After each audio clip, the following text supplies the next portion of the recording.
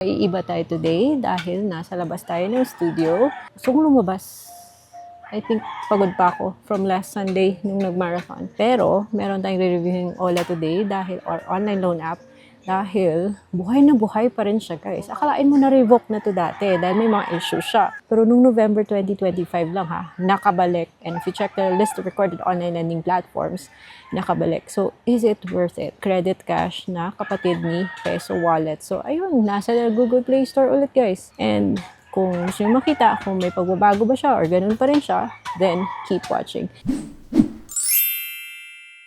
Hello everybody, welcome back to my channel. It's Ate Red here and we talk about online loan platforms, and my videos are not sponsored or this video is not sponsored. It is based on my personal experience. So yun nga, dati ko na itong nasubukan siguro mga 10 months ago kasi marami siyang chismis. Charot. Iba't ibang chismis na medyo negative, guys. And for some reason, buhay na buhay pa rin siya at nawala. Tapos nakabalik.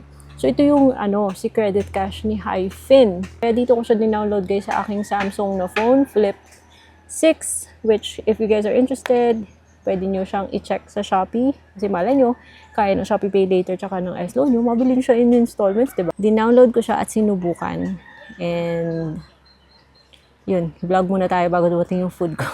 Kasi andito ako sa NTC Cafe, just a few meters below, or a few km, 1 or 2 probably km below Campus Tuhan Highlands Resort. So, ang grabe yung mga ads niya, ha. Sasabihin niya up to 20,000 pesos daw. Ibang ads niya sinasabi up to 100,000. Screenshot niya, ganun din yung sinasabi. Dito sa ads niya, say for example, kung hihiram ka ng 6,880, pwede mo raw ibalik sa loob ng 1 month at mukhang mababa yung interest, ha. So kung medyo gullible ka sa mga ganito, mapapadownload ka kaagad kasi 'di ba, after all may ads. Ito ba yung isa niyang example na say for example 10,000 daw, pwede niya raw pautang 10,000, 4 months yung pagbabayad, interest daw 300. Parang too good to be true naman, ah. Yun, guys, yung dati ko pang video. Kaya yun, in-install ko siya para masubukan kasi marami po siyang stars. Kung may pagbabago akong kaagad napansin, yun yung nag-iba yung color scheme. Green pa rin siya, pero parang nag-modernize. And may mga natutuwa sa loan app na to, may iba na hindi. Dahil sabi nila, ang dami mong pagdadaan sa pag-a-apply, 300 daw yung ma-approve. So, sinasabi niyo sa screenshots, up to 100,000 daw, SEC compliant. Pero dating may kaso. Hay, nako na lang talaga, guys. So, lalabas yung logo niya, hingi po siya ng mga permissions sa iba't ibang, sisilipin niya sa phone niyo. Kasama na yung mga social networks daw. So, meron siyang kapartner na third-party, processor siguro ng ating information para ma-risk assessment tayo. Charot. Sisimula ka by, providing your phone number, tapos mag-OTP pa 1,000 pesos na naman. And then, 180 days daw, high pass rate. Ba't ang daming nilakam? So, apply for a loan for 10 minutes and get 10,000 and get money within 2 to 3 minutes. Huwag kayo maniwala dyan, guys. So, ibang sinasabi niya, flexible loan and repayment, fast approval, transparent fees, is the application pa daw. So, yun, nabigay din ako ng phone number kung ano. And, kailangan mo siyang permission sa yan, kailangan mo yung i-agree. Tapos, magbibigay ka ng permission sa mga messages mo na i-read niya daw. So, pagkatapos nun, 50,000, naging 122 days maximum naman. In 3 minutes lang daw. Pero guys, mabilis siyang mabilis siyang mag-evaluate sa'yo, mabilis siyang mag-judge. So, pag-click ko ng Get Money, Data Privacy lumabas, kailangan mo rin yung scroll down and then mag-agree ka doon.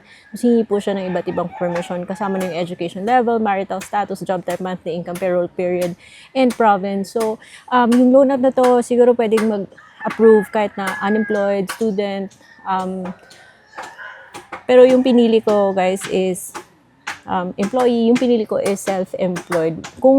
I think kasi kung magsasabi ka namang unemployed naman lang at hindi man lang humihingi yung wala ng payslip, sabihin mo na lang self-employed. Basta meron ka namang nare-receive na income from other sources, no? Anyway, so, depende pa rin yan sa risk assessment mo. At kung makikita niya eligible ka, makikita niya naman yan. Para sa akin, mas magandang sabihin self-employed. Basta may pumapasok na income, pero wala siyang hinihinging payslip, ha. Hindi na siya naghingi ng company information, payroll period lang, and 3 reference na daw. And you have the option to give more references, pero 3 lang yung binigay ko sa kanya na pwede mong piliin from your phone book at may information sa sinabi dito.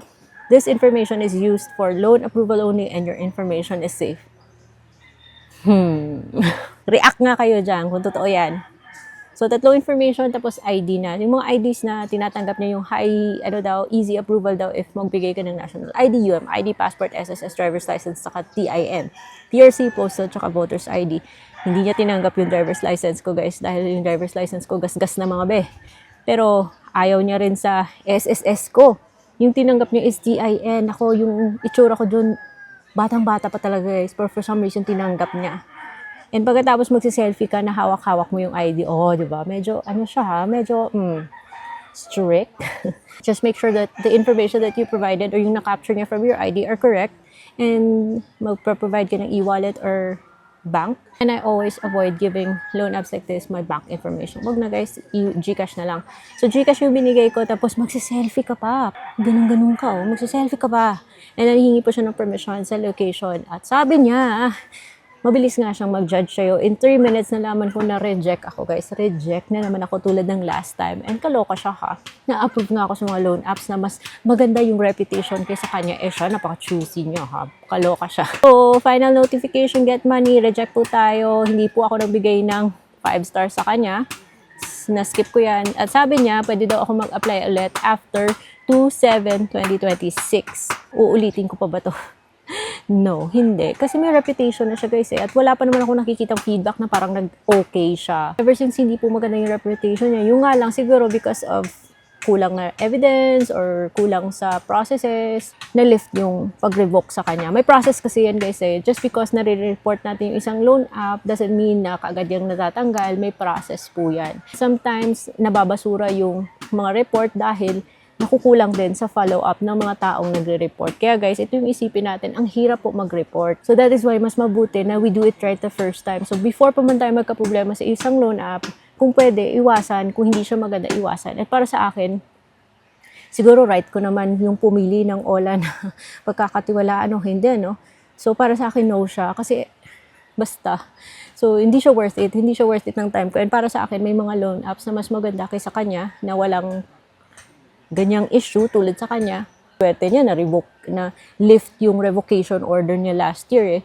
Pero ayoko sa mga ganito mga Ola na yung may ganito ng mga track record. Wala ko, guys, kasi ang daming langgam dun. So ayun, yung loan app na to, meron siyang option na magpa-delete pala, ha. So pwede ka magpa-delete and that requires you to put in a password. So kung hindi ka pa naglagay ng password nung start during the application process, then you'll need to set a password na hindi rin siya masyadong secure dahil yun nga, 8 to 12 characters with letters, pero kahit na maglagay ka na, napakadaling password, guys, tatanggapin niya. So, I don't feel safe sa mga ganitong mga loan apps. Ba't mo naman hihintayin pa na dumating ka sa part na magpapadelete ka pa, kung meron ka namang idea, kung okay na siya o hindi. Pero nasa inyo yan, kasi decision nyo naman yan kung talaga mag-uutangan. Yung sa akin, pinakita ko lang sa inyo kung anong meron sa loan app na to, just para meron ko yung heads up. So, kakain muna tayo. And mainit pa, kaya nag-video muna ako, guys. So, that's it for today's video. See you on my next vlog. Ganda ng view sa likod ko, no?